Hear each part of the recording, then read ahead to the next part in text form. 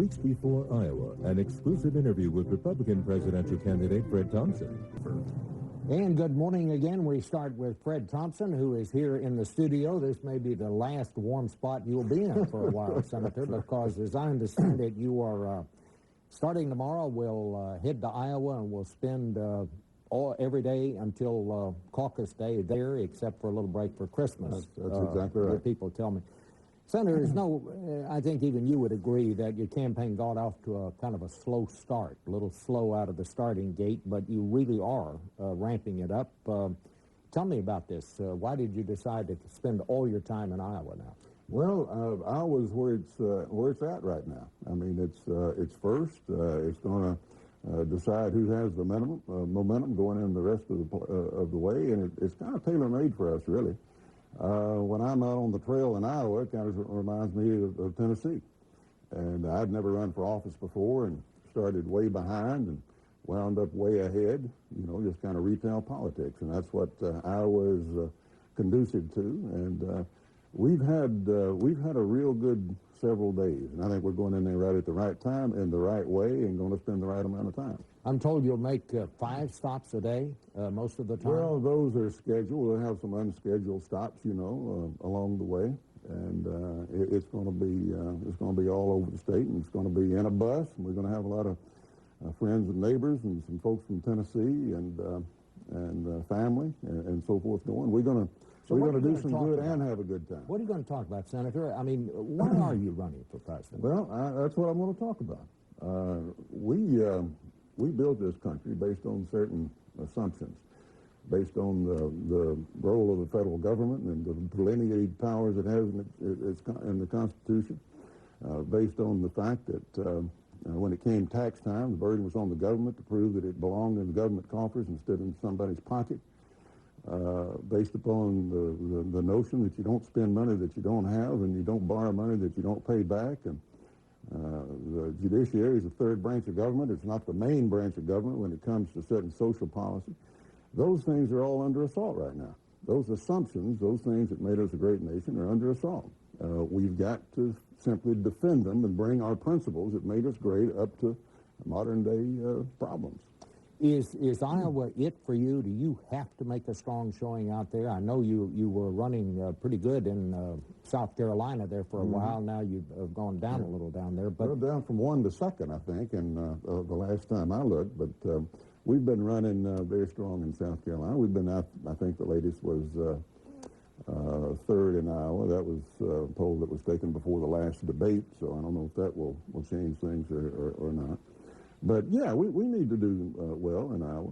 There's no question about that. But others do, too.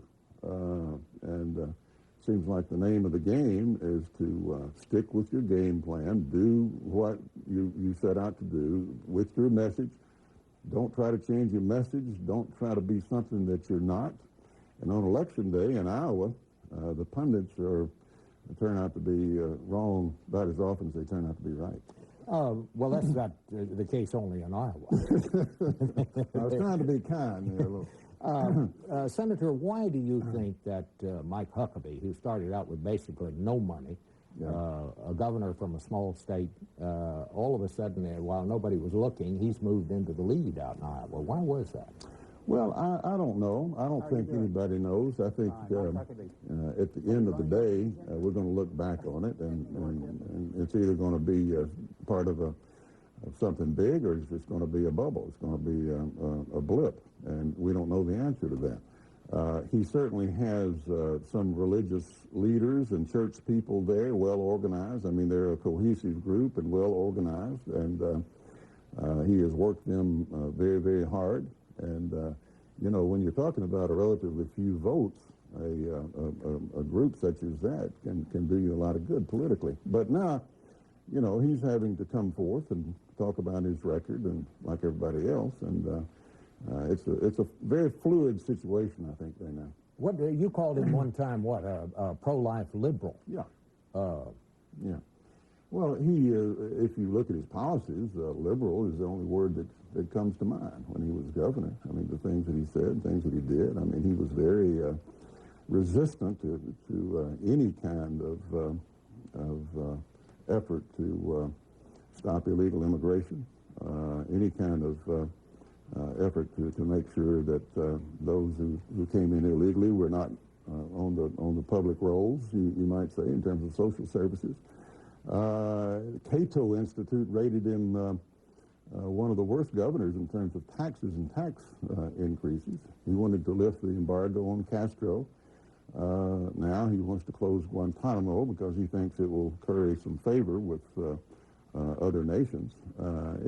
It's basically a pretty social liberal policy that he has followed for several years and hasn't made any bones about it up until recently. And now I understand that he's got a tough immigration ad going on, but it's not consistent with his record.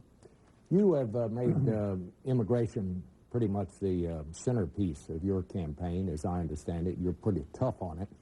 But what I don't understand, Senator, is what do you do? Okay, you tighten up the borders. Okay, you make it hard on employers. Maybe, as you're advocating, you cut off some sort of federal help to the states if they don't meet certain standards. You're still going to have 12 million people in this country. Nobody knows really who they are. Yeah. They're still going to be here. What do you do about them? You can't, there are not enough buses to take them all back to Mexico.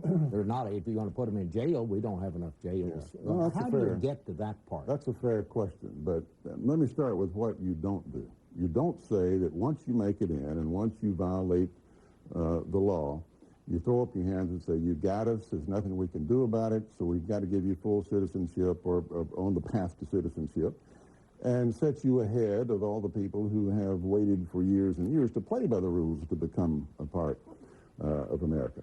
I think if we did the things that you just mentioned, I think that if we enforce the borders, which we're a long way from doing, frankly, if we required employers to use modern technology to determine who they were hiring, and if we clamp down on sanctuary cities, cities are violating the law. In 1996, we passed a law that outlawed sanctuary cities, basically, and these cities are still doing it, giving in-state colleges and universities, giving in-state college tuition without giving it to them, without giving it to other people in violation of the law. And if we basically said, if you're going to continue this behavior, we're going to cut off federal funding. If you did all those things, there would be attrition over a period of time. You're right. Nobody's advocating that these people all be rounded up. Nobody's advocating that they even be arrested and incarcerated, although they're in violation of the law. They're simply saying that over a period of time, that if you enforce the law and secure the border, there will be attrition that will make things start moving in the other direction. We're not doing any favors. But you seem to be saying we've got to do this to keep some more from coming in, but these people are going to be here. Well, they're going to be here for a while.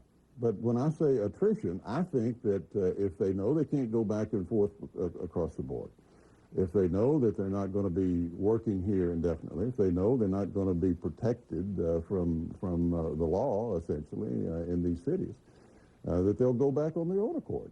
Obviously, not all of them, and not overnight, but it will move in the right direction. That's the only thing that we can do. Otherwise, we have to kind of throw up our hands and, as you alluded to, start thinking about the next 11 or 12 million, and the next 11 or 12 million after that. Let me ask you this question, since you kind of took off on Mr. Huckabee. I'll give you a chance to say that. Well, exactly, absolutely. But you did. I want to give you a chance to explain why people should choose you instead of Governor Romney. I don't want to spend a whole lot of time. And I've got about 30 seconds. I'm sorry.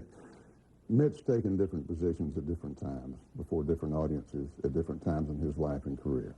I'm not sure how you would ever determine how Mitt would govern in the future if you look at his past in comparison to what he's saying today. I've been a strong, consistent, common-sense conservative ever since I first set foot on the national scene.